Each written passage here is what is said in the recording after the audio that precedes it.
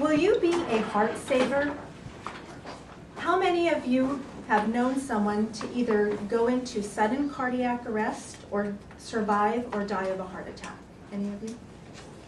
Did you know that every year 300,000 people die of sudden cardiac arrest? And it doesn't just happen to the old. It happens to the young as well. I know two young adults who have died of heart attacks. One person was at the age of 42 and the other one was 47. The second one at the age of 47 was also a PE teacher. So it can happen to anyone. So let me ask you something. How would you respond to an emergency?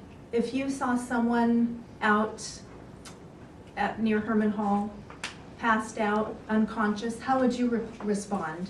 Would you hesitate, or would you go up to that person and try to rescue them? It is actually my hope for you today to encourage you, for one, to either get trained and certified in CPR and AED, or to recognize and respond to an emergency and at least dial 911 so that you can have the medical personnel, the trained medical personnel, arrive and take over. So what do you think some of the fears are of why someone wouldn't want to respond to an emergency? Anyone have any ideas? You might make the situation worse. Yes, you might not know what to do.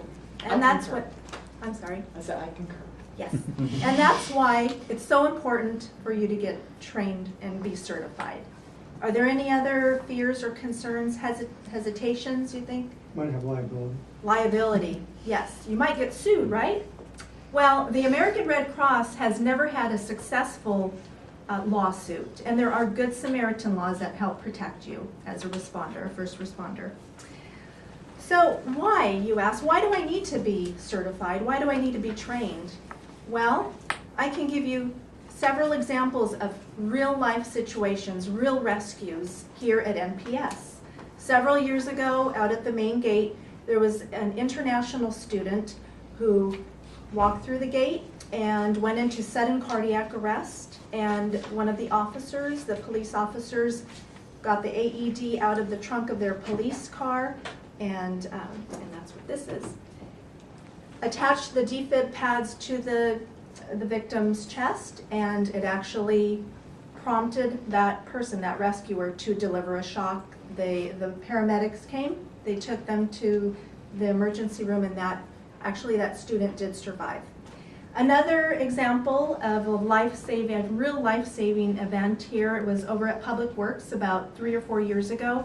Someone who took our class did rescue someone who had a heart attack. Didn't go into cardiac arrest, had a heart attack. Those two things are different.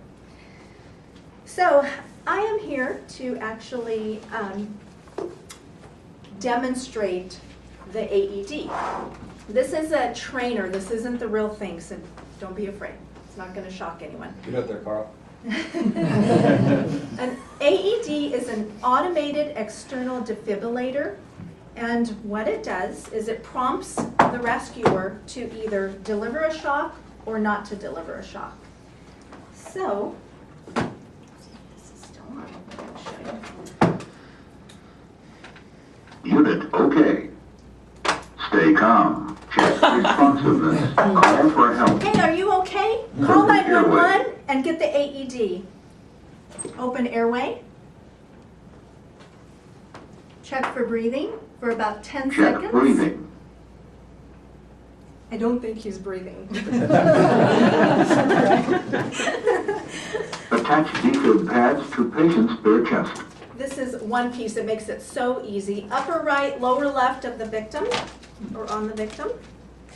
Attach You defib put pads this to cross patient's bare here, chest. right in the center of the chest, and you take this tape.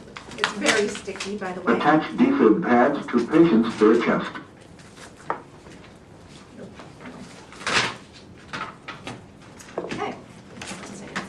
Attach defib pads to This is- patient's bare chest. Okay, so once I have the defib pads on, Attach defib pad. Don't touch patient. you do Analyze. not want to touch the patient. While it's analyzing, it will pick up your heart rhythm. Don't touch patient. And- Analyze. And it is analyzing. It takes about 10 seconds to analyze the heart rhythm. Shock advised. Uh-oh, he needs a shock. Don't touch patient. Everyone Press stand flashing clear. shock button.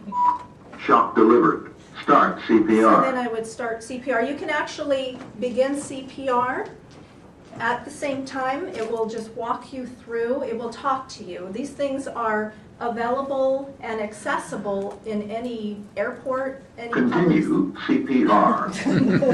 Turn him off. Now, CPR is a continual cycle of 30 chest compressions to 2 rescue breaths. And what CPR does, it helps circulate the oxygenated blood to the vital organs, but it doesn't restart the heart. What's going to restore or reestablish the heart is the AED. So again, it is my privilege to be here and to encourage you to either get trained. You don't have to go through the safety office.